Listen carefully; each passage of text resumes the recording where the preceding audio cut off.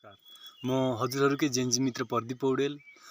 कञ्चनजङ्घाको काख र पाथिभरा माताको वासस्थान हाम्रो प्यारो ताप्लेजुङबाट यहाँहरू सबैजनालाई मेरो भिडियोमा स्वागत गर्न चाहन्छु। मैले हरेक भिडियोहरूमा हाम्रो गाउँठाउँमा भएको सम्भावनाहरू र सम्भावनाहरूमा हामीहरूले अवसर नपाएर चुकेको ठाउँहरूको बारेमा म कुरा गरिराखेको छु। आज पनि तपाईहरूको समक्ष एउटा यस्तै विषय प्रस्तुत गर्ने जमर्को सहित म उपस्थित भएको छु र आज म किवी फलको विषयमा कुरा गर्न गइराखेको छु। किवी फल हामीहरूले धेरै अगाडिदेखि यो ठाउँमा खेती गर्दै आइराखेको छौँ। किवी फलको खेतीका लागि हामीसँग चाहिने उपयुक्त वातावरण छ। हामीहरूले धेरै चाहिने खेती विस्तार गर्न सकिन्छ। तर किवी फलको खेती विस्तारमा, किवी फलको खेतीमा किसानहरूको उत्साह घट्दै गइरहेको छ र किसानहरू निरुत्साहित भएका छन्। किन भन्दाखेरि यसको मूल्यका कारणले गर्दाखेरि अत्यन्तै न्यून मूल्य। अहिले यसको भाउ भनेको भाउ नसाउ त्यत्तिकै खाऊ जस्तो भएको छ, हैन। तर यो चाहिँ नि अत्यन्तै लाभदायक फल, हैन, स्वास्थ्यको दृष्टिकोणले पनि, अनि एकदम शक्तिवर्धक फल हो। यसको भाउ न्यून हुनुको पनि कारण छ। यो फल चाहिँ नि त्यति धेरै समयसम्म टिक्दैन। पाकिसके पछाडि यो फल त्यति धेरै समयसम्म टिक्दैन, हैन। यसको पनि उपाय छ, कोल्ड स्टोरहरू यसको उपाय हुन सक्छ, हैन। तर यसमा लुकेका सम्भावनाहरू माथि काम गर्ने दिशातिर हामीहरूले चाहिँ नि केही पनि गर्न सकिएको छैन। जस्तो यसबाट एकदम उच्च गुणस्तरको कोल्ड ड्रिङ्कहरू बनाउन सकिन्छ, हैन। कोल्ड ड्रिङ्कहरू बनाउने दिशातिर हामीहरूले कुनै काम गर्नु पाएको छैनौँ। कोल्ड ड्रिङ्कहरू बनाउने हो भने हामी चाहिँ नि 150 करोड जनसङ्ख्या एउटा देशमा, 150 करोड जनसङ्ख्या अर्को देशमा भएको चाहिँ नि यो ठुलो बजारको बिचमा बसिएको छ, हैन। भारतको पनि कोल्ड ड्रिङ्कको बजार एकदम ठुलो छ, राम्रो छ। तर हामीहरूले यसरी उत्पादन गर्न सकिएको छैन। अनि ड्राई फ्रुट बनाउँदाखेरि पनि तपाईँको चाना काटेर सुकाउने हामीसँग यन्त्र प्रविधि हुन्थ्यो भने तपाईँको यो किवी फलको भाउ यति साह्रो चाहिँ नि न्यून हुने थिएन, हैन। किसानहरू चाहिँ नि निरुत्साहित हुनुपर्ने कुनै कारणै थिएन।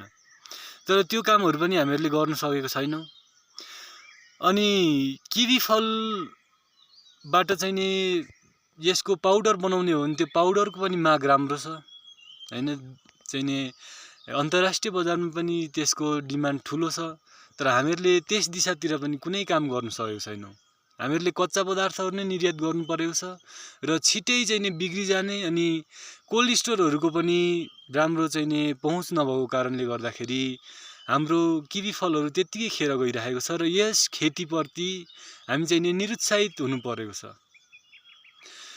तर यसबाट हामीहरूले चाहिँ नि मिठाई मात्रै बनाउन सक्ने हो भने पनि यति ठुलो बजारको बिचमा बसेर दैनिक चाहिँ नि 20-30 लाख मिठाईहरू खपत गराउन सकिन्थ्यो भने 1 रुपियाँ गोटाको मिठाई बनाउँदाखेरि पनि 20-30 लाख रुपियाँको कारोबार चाहिँ नि दैनिक रूपमा हुने किसिमको व्यवसायहरू हामीहरूले सञ्चालन गर्न सक्नुपर्ने हो। तर यस दिशातिर हामीहरूले चाहिँ नि काम गर्नु पाइएको छैन। यसरी यस्तो सम्भावनाहरू छोडेर, हैन, यो सम्भावनाहरूमा अवसर नपाउनुको कारणले गर्दाखेरि हामी चाहिँ नि विदेशिन बाध्य छौँ।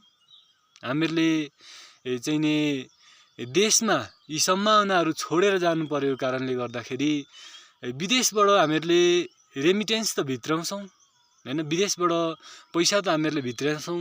तर सामान्य कुराहरू पनि देशमा नबनिदिँदाखेरि चाहिँ नि हामी चाहिँ नि त्यो बनाउने जुन जनशक्ति छ त्यो विदेशमा गएर त्यो शक्ति पोखिराखेको कारणले गर्दाखेरि देशमा ती चिजहरू बनिरहेका छैनन् र ती चिजहरू पनि विदेशबाट आउने भएको कारणले गर्दाखेरि हामीहरूले विदेशबाट ल्याएको पैसा सबै फेरि विदेशै जान्छ।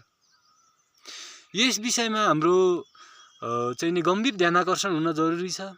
किनभने हामीसँग किवी फलकै खेती गर्नलाई पनि ठुलो सम्भावना बोकेको छ। हामीसँग यत्रो विशाल भूगोल छ।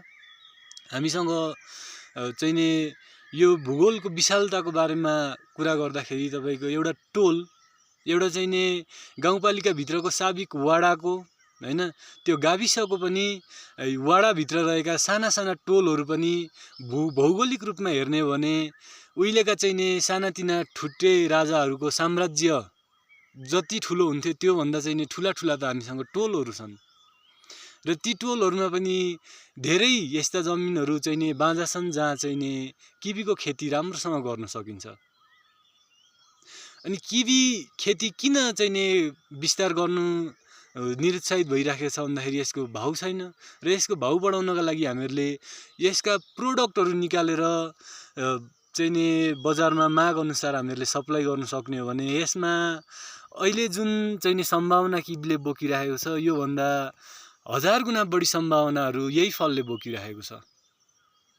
यसरी हामीहरूले प्रोडक्टहरू बनाउनुतिर लाग्ने हो भने धेरै रोजगारीको अवसरहरू पनि सिर्जना गर्न सकिन्छ र हामीहरूले चाहिँ नि विदेशिनु पर्ने बाध्यता हुँदैन जस्तो मलाई लाग्छ हैन।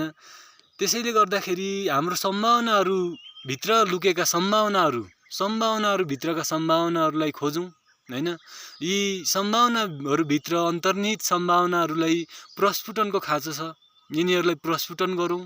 हामीहरूले चाहिँ नि युवाको जोश र जाँगर नै निर्यात गरेर चाहिँ नि विदेशी मुद्रा आर्जन गर्नुपर्ने बाध्यताबाट हामीहरू निस्किनुपर्छ। हामीहरूले चाहिँ नि राम्रो राम्रो प्रोडक्टहरू बनाउने हो भने त्यो प्रोडक्टहरूलाई विदेशी बजारहरूमा चाहिँ नि अन्तर्राष्ट्रिय बजारहरूमा सप्लाई गर्न सक्यौं भने हामीहरूले माल सामानहरू बेचेर पनि विदेशी मुद्राहरू आर्जन गर्न सकिन्छ। तर हामी चाहिँ नि युवाको जोश जाँगर, युवा जनशक्ति चाहिँ नि आज माल जस्तो भएर चाहिँ नि विदेशिनु पर्ने बाध्यता भइरहेको छ। यस विषयमा तपाईहरुको के छ प्रतिक्रिया, आफ्नो प्रतिक्रियाहरू जनाउनु होला। अनि मेरो भिडियो यहाँहरुलाई कस्तो लाग्यो, मन पर्यो भने लाइक गरिदिनु होला।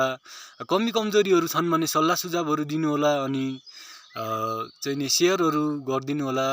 मेरो च्यानललाई सब्स्क्राइब गरिदिनु होला र यतिन्जेलसम्म मेरो कुराहरूलाई धैर्यतापूर्वक सुनिदिनु भएको छ। यहाँहरु सबैजनालाई हार्दिक कृतज्ञता जाहेर गर्न चाहन्छु। मेरो कृतज्ञतालाई स्वीकार गरिदिनु होला।